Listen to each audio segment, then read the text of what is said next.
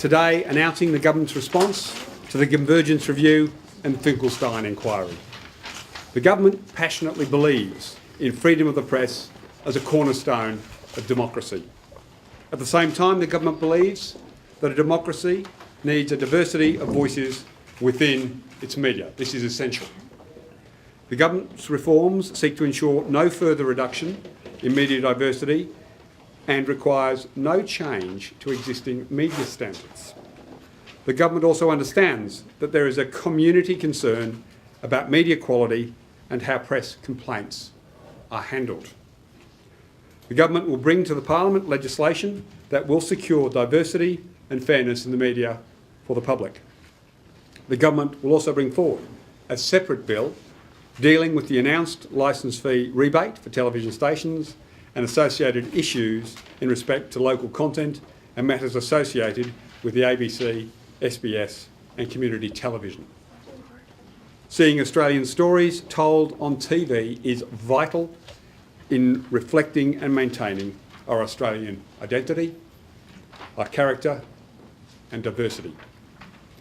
To ensure that we keep being able to watch Australian content, we are taking steps to enable Australian commercial television broadcasters to continue to invest and broadcast Australian content. Through legislation, the government will make permanent the current 50% rebate on television broadcasting licence fees. These will be set at a maximum of 4.5% of revenue. The government will introduce a multi-channel Australian content requirement for the first time for each commercial television broadcaster. Initially, 730 hours will be required in 2013, increasing to 1,095 hours in 2014 and 1,460 hours in 2015. The government will also retain the current 55% transmission quota for the commercial television broadcasters' primary channels. Greater flexibility will be introduced into the current arrangements for sub-quotas. Following the switchover to digital television, there remains a sixth channel, also known as Channel A, and that channel is today being used in part for community television. The government will secure the spectrum needed for community television within this sixth channel, and it will not be made available for a fourth free-to-air television network. The ABC and SBS are institutions integral to Australian culture, providing a range of valuable programming that would not otherwise be delivered by commercial broadcasters. It is therefore entirely appropriate that they have started delivering online and digital content in recent years, and to reflect these technology changes, the government will modernise the charter of the ABC and the SBS. As I've outlined, the government will bring to the Parliament legislation that will secure diversity and fairness in the media for the public. An important part of this will be the appointment of a new statutory officer called the Public Interest Media Advocate. The functions of the advocate will have two elements. One is the application of a public interest test. The other is the declaration of a self-regulatory bodies for print and online media organisation. In relation to a public interest test, the advocate will consider and determine applications for approval of transactions that may result in the lessening of diversity among nationally significant news media voices, and consider proposed undertakings in relation to such applications, and issue remedial directions in respect of unapproved transactions. The advocate may only approve a transaction if satisfied that it would not result in the substantial lessening of diversity. The advocate will apply criteria to its decision-making, including issues such as audience reach, frequency and depth of services, cumulative impact and sustainability, whether a lessening of diversity is preferable to a total loss of voice. The advocate will have responsibility to declare self-regulatory bodies for print and online media organisations.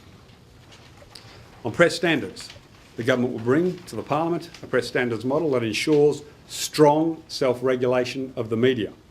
It keeps the government out of print media regulation, and the government will not fund or oversee press standards bodies. They will be run, funded and operated by the print media themselves. For example, the current Press Council could seek declaration under this legislation. Access to exemptions from privacy legislation will be available to the member organisation of a declared press standards body.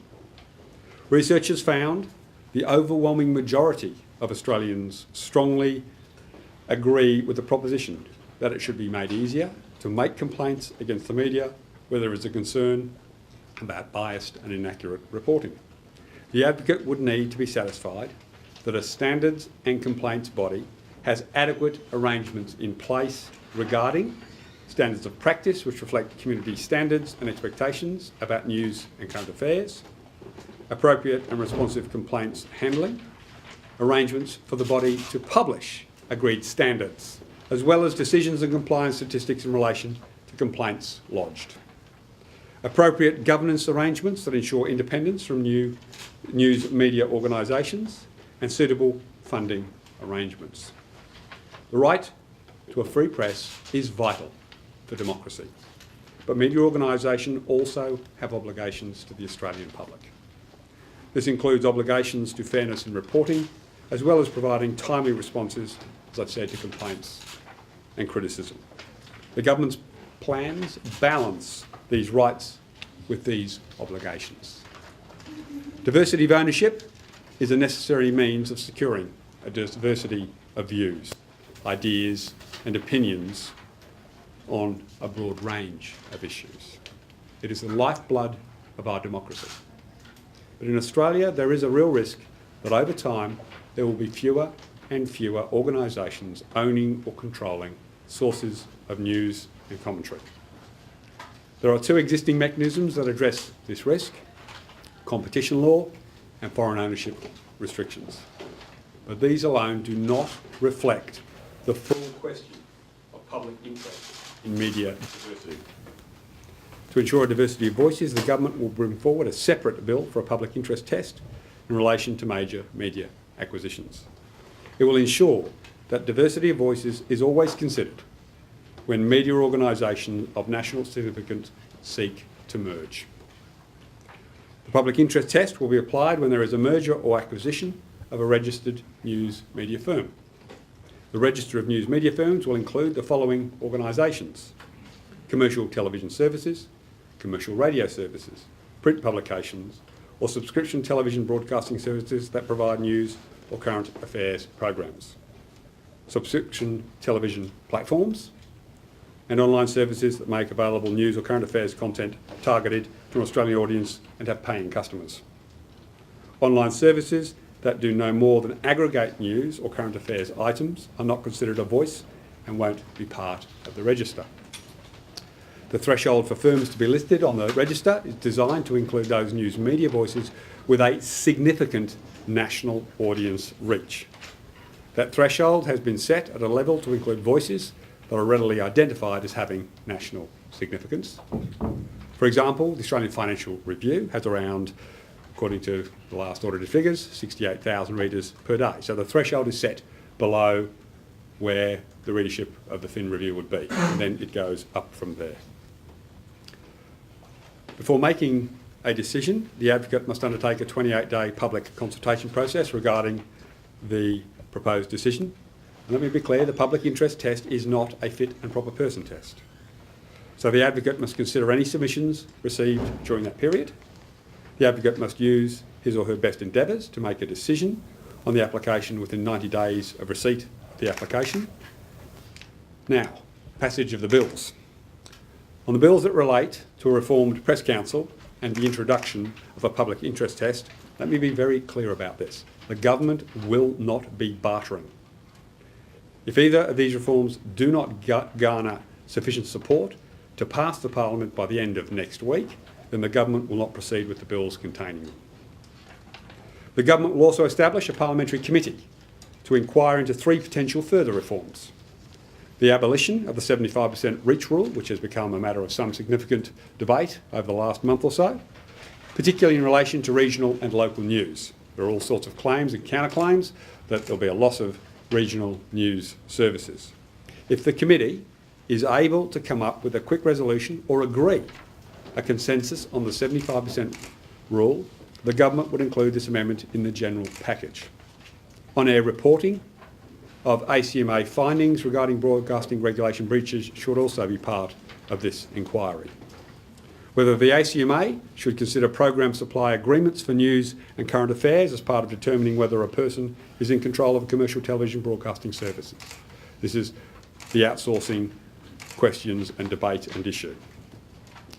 For those who followed this debate closely, you know there's been much discussion and speculation around the privacy tort.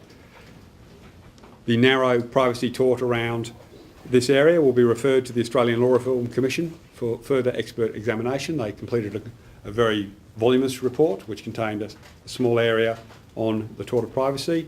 We want to tease out some of the issues with some further examination.